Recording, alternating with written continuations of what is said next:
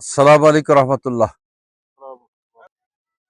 ডিমলা উপজেলার ঐতিহ্যবাহী ইউনিয়ন পূর্ব সাতটাই 10 নম্বর ইউনিয়নের 4 নম্বর ওয়ার্ড কিসাবাদ চরে আমরা এসেছি। ঝাড়সিংহেশ্বরে আমরা এসেছি। এই ঝাড়সিংহেশ্বরে নদী ভাঙ্গন এলাকা আমরা পরিদর্শন করলাম।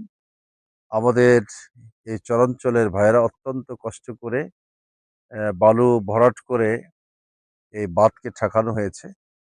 আমরা মনে করি সরকারে যেই আসুক, ডিমলা উপজেলার এই পূর্ব সাতনাই এরিয়াকে বাদ দিয়ে রক্ষা করা একান্তই জরুরি। এটা জাতীয় স্বার্থ, এটা জনগণের স্বার্থ।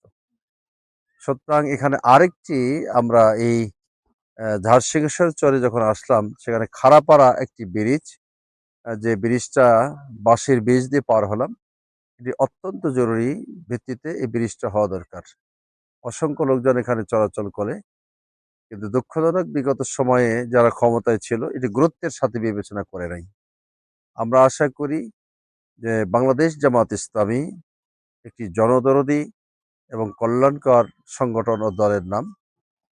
জনগণ আমাদেরকে যদি বাছাই করে আগামী পার্লামেন্টে নির্বাচিত করেন, ইনশাআল্লাহ আমরা সর্বাগ্রে চরাঞ্চলে মানুষের দুর্ভোগ যাতে লাঘব হয় এই বিষয়ে আমরা দ্রুততম সময়ে পদক্ষেপ নেব ইনশাআল্লাহ।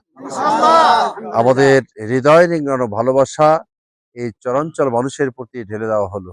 আল্লাহ তাআলা প্রত্যেক ভাইদেরকে জাতীয় স্বার্থে একটি কল্যাণকর রাষ্ট্র ব্যবস্থা গঠনে সকলকেই ঐক্যবদ্ধ হয়ে কল্যাণের পথে ভূমিকা রাখার তৌফিক দান করুন।